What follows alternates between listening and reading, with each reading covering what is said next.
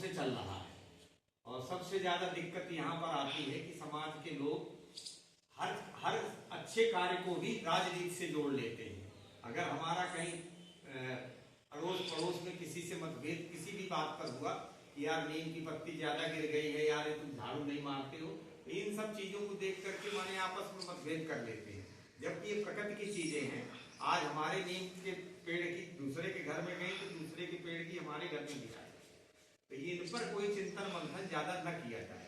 और वैचारिक रूप से कहीं से भी हम ये न सोचें कि भाई हमें आपस में कोई विवाद करे, क्योंकि गांव की स्थिति में देख रहा हूं कि अगर सच पूछा जाए तो गांव में मैक्सिमम 65 साल से ऊपर के ही लोग इस वर्तमान में हैं। बाकी युवा वर्ग और 60 साल तक वाले उम्र वाले लोग जो नौकरी पेशे में हैं या अपने कहीं और रोजी रोटी और उधर पूर्ति के लिए कमाने के लिए गए हैं, वो लोग वहां पर घर गांव से निकल गए।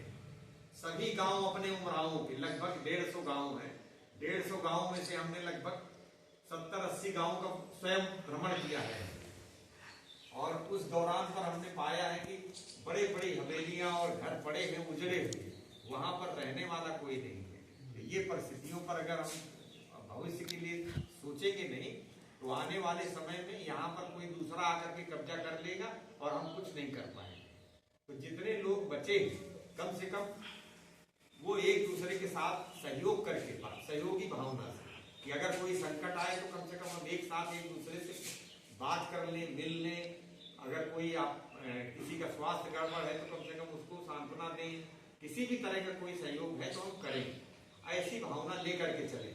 ये कार्यक्रम विशुद्ध गैर राजनीतिक है, इसमें किसी तरह का कोई हमें न लाभ है न कुछ है।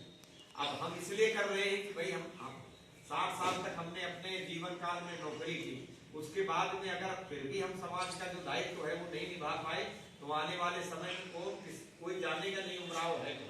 तो आज आने वाले हमारे भविष्य के लिए हमें आज चिंतन होना चाहिए। यदि हम किसी तरह से चिंतन मंथन नहीं करेंगे नहीं आएगा।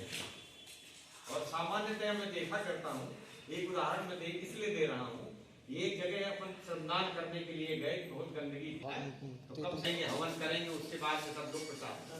तो ये जो चीजें हैं ना, कहीं ना कहीं से माने हमको खुद भी लगता है, मान लीजिए हमारे बाबा नहीं है, दादी नहीं है, हमारी पिताजी भी चले गए, माता जी भी चली गई। हाँ, आदरणीय रमेश चंद्र सिंह जी उमराव समाज सेवा समिति के जो अध्यक्ष हैं वो हमारे ग्राम इटर्रा में आए हुए हैं और हमारे वरिष्ठ नागरिकों का सम्मान करते हुए। तो ये सभी लोग आए हुए हैं। बंश गोपाल भैया जी हैं जो कि आदरणीय मोतीलाल उमराव जी का स्वागत करते हुए।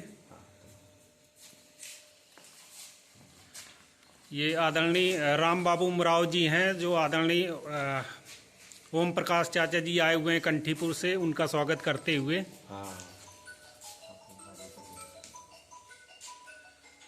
ये हमारे पिता श्री शिवदास वर्मा जी का रमेश चंद्र सिंह जी जो अध्यक्ष जी हैं स्वागत करते हुए, एवं माता जी का भी।